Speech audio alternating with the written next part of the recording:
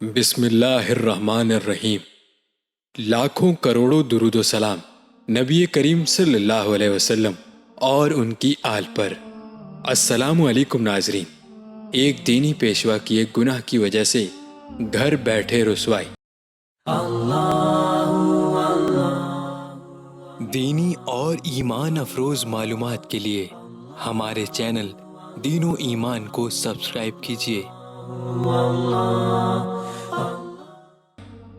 ایک عورت بکریاں چرایا کرتی تھی اور ایک راہب کی خانقاہ تلے رات گزارا کرتی تھی۔ اس کے 4 بھائی تھے۔ ایک دن شیطان نے راہب کو گدگدایا، وہ اس سے زنا کر بیٹھا، اس سے حمل رہ گیا۔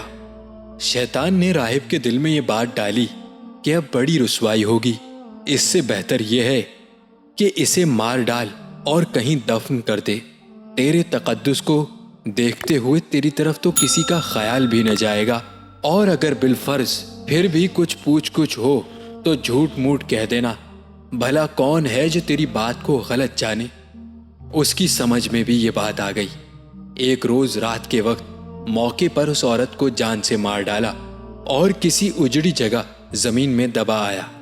اب شیطان اس کے 4 بھائیوں کے پاس پہنچا اور ہر ایک کے خواب میں یہ سارا واقعہ کہہ سنایا اور اس کی دفن کی جگہ بھی بتا دی۔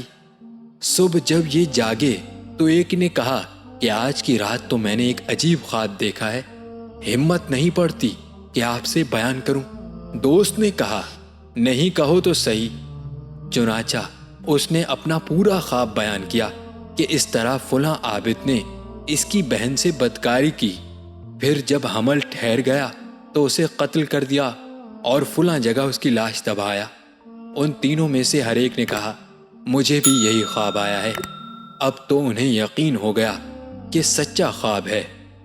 چنانچہ انہوں نے جا کر حکومت کو اطلاع دی اور بادشاہ کے حکم سے اس راہب کو خانقاہ سے ساتھ لیا۔ اس جگہ پہنچ کر زمین کھود کر اس کی لاش برآمد کی۔ کامل ثبوت کے بعد اب اسے شاہی دربار میں لے چلے۔ اس وقت شیطان اس کے سامنے ظاہر ہوتا ہے اور کہتا ہے کہ یہ سب میرے کیے کوتے کرتوت ہیں، اب بھی اگر تو مجھے راضی کر لے تو جان بچا دوں گا۔